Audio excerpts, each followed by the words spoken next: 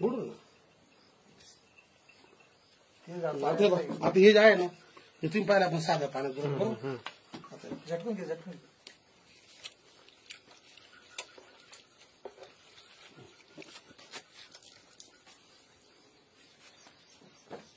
बिलगलं होती असं कोणत्या दुकानदाराने दाखवलं मला सांगा आता.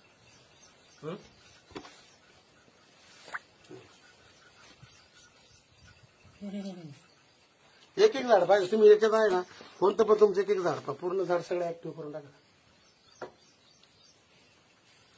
आणि तुम्ही आता हे दोन तास असं ठेवलं ना दोन तास सुटणार हे फक्त बागेसाठी डाळिंबाची किंवा याशीची द्राक्षाची याची बाग आहे ना म्हणजे वरती माल असताना वापरलं तरी चालतं त्याने काही म्हणजे साईड इफेक्ट कुठे येत नाही.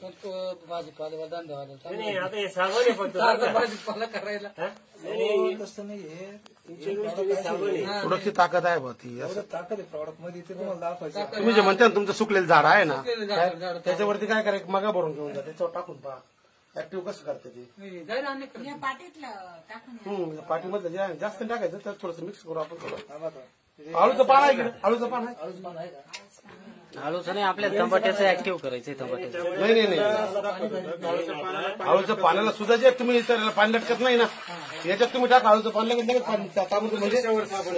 स्प्रेडर ऍक्टिव्ह थांबा एक मिनिट एक पाना झालं फ्रेश आहे का